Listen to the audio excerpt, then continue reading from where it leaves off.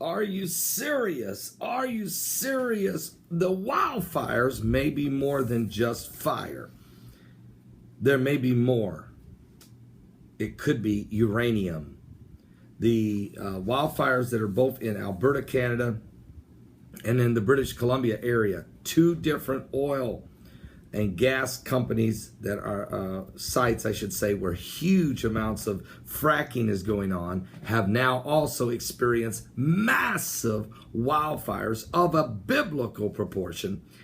And there may be another explanation. Now, Dutch Sense brought a great report out tying that there is definitely magma in those two regions, and the crust is smaller due to all the fracking, and that it's very possible that magma could have caused these wildfires in this dry, tinderbox, Canada dry, seriously, unbelievably dry area, and with the fracking that's going on there so extensively that it's possible that magma slipped through the fissures and created the fires that are burning, because there's been no storms. There's been no lightnings. There's been no storms. It's dry. There's been no rain. So you got to rule out weather. You can't rule out terrorism, because that's always possible, that someone could have been lighting the fires to affect the prices of crude oil. Now that is still possible. And you can't rule out potentially the magma coming up because of the smaller crust you have now of the earth because of all the fracking as you're hollowing out the earth. So that is two possibilities. But then there's a third possibility, and that's what's the deal with the uranium that's being taken out of there, and the connections of the uranium being purchased by the Russians and the Clinton Foundation's connection, which has been going on now for a while. It's part of what was the big deal out in Utah, okay, with the standoff when they were standing off, because these large landowners were getting part of their land taken from them by force, by eminent domain, by the federal government, and getting paid, pennies on the dollar compared to what it would be worth if you knew how much uranium was in this property. And you know how the whole standoff went in Oregon, and it got uglier and uglier in Oregon, and finally people were killed and imprisoned. And the Clinton Foundation's been involved in some of this. And so BP Earthwatch has put out a powerful video. It's very, very informative. And I'm going to put the link of it below, because I think you should watch that video to learn more about that. I've already talked about Dutch Sense and did an article and linked you to his video on the magma. Two different potential concepts here. Well, here's what the New York Times wrote back in April the 23rd, just recently. Cash flow to the Clinton Foundation amid the Russian uranium deal. Does anybody know about this? No, this isn't getting talked about. Everybody's talking about Donald Trump, and he doesn't have a good, his polling numbers aren't good among women. Nobody's talking about Hillary Clinton and the Clinton Foundation and the Russian connection with uranium. And of course, uranium is used to make nuclear weapons. Well, this is the New York Times. This is not Paul Begley. I'm just reading the New York Times. Here's what it says. The headline on the website Pravda trumpeted President Vladimir Putin's latest coup. It's a nationalistic fervor recalling the era when its precursors served as the official mouthpiece of the Kremlin. Russian nuclear energy conquers the world. The article is in January of 2013. It details how the Russian Atomic Energy Agency, Rostom, had taken over a Canadian company with uranium mining stakes stretching from Central Asia to the American West. All right, and that ties you all the way from the Canadian, exactly where the two wildfires are, all the way to where the standoff was in Oregon. Okay, what? The dead made Rostom 1, which was one of the world's largest uranium producers, brought Mr. Putin closer to its goal of controlling much of the global uranium supply chain. But the untold story behind the story is that one that involves not just the Russian president, but also the former American president and a woman who would like to be the next president. At the heart of the tale are several men, leaders of the Canadian mining industry, who have been major donors to the charitable endeavors of former President Bill Clinton and his family. Members of that group built and financed and eventually sold off to the Russians a company that would become known as Uranium One.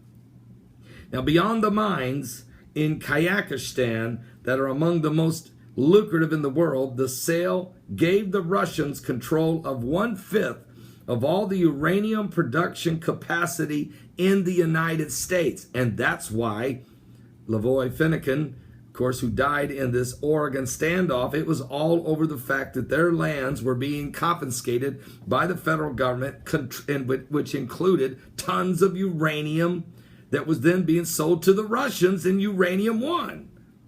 Oh, and Uranium One is giving thousands, hundreds of thousands of dollars in charitable donations, of course, to the Clinton Foundation. Are you starting to understand the connections? Now, since uranium is considered a strategic asset with implications for national security, the deal had to be approved by a committee composed of representatives from a number of United States government agencies. Among those agencies that eventually signed off was the State Department, then headed by Mr. Bill Clinton's wife, Hillary Rodham Clinton. Now, she was Secretary of State, of course. Now, as the Russians, and of course she had a private server, so you don't know what all the communications were because it didn't run through the government email. That's another issue, okay? The plot just thickens. Now, as the Russians gradually assumed control of Uranium One in 3 separate transactions from 2009 to 2013, they did it gradually. Canadian records are showing us that a flow of cash made its way to the Clinton Foundation.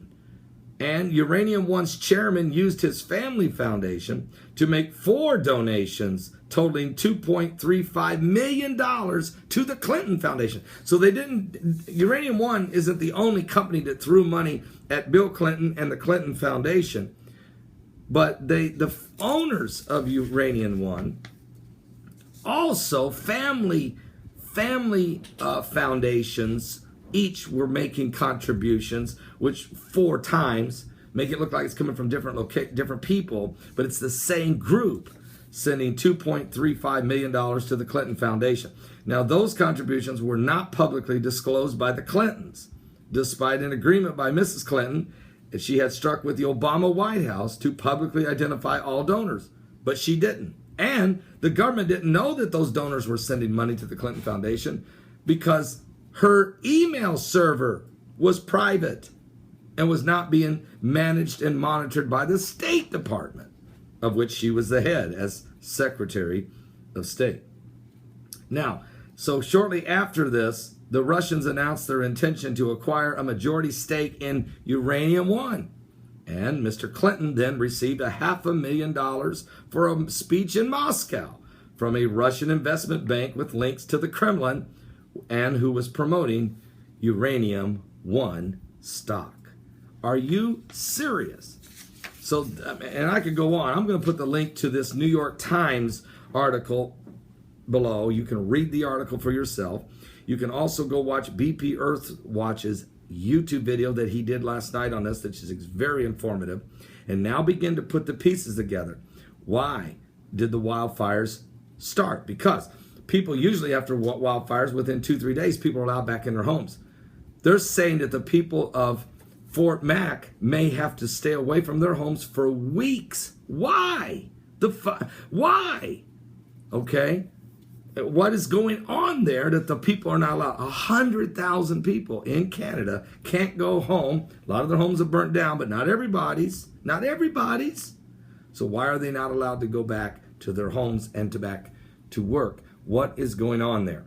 I don't know. I'm just bringing up the issue. Is it magma? Is it Uranium One? Do we know and how does this all tie in together? 2 different possible concepts. Uranium One and what they're doing there that people may not want people to know exactly. And number 2, magma from the earth causing wildfires in those 2 areas. The thing is, the common denominator here, folks, is it's two different communities, 340 miles apart, both major oil, gas, fracking operations. No other place in the dry Canada dry is there fires burning. Are you serious? Coincidence? Accident? Or is there something more sinister going on? Is the New World Order working behind your back? Are they about to rise? Are you saved? Because we're living in the last days. Give your life to Jesus Christ and trust only in him. He is the way, the truth, and the life. I'm going to talk about all this. I'm going to give you a full report on this in my live broadcast today at 12 noon Eastern. I'm going in depth with this at 12 noon Eastern today. Don't miss it. God bless. My website, www.paulbegleyprophecy.com.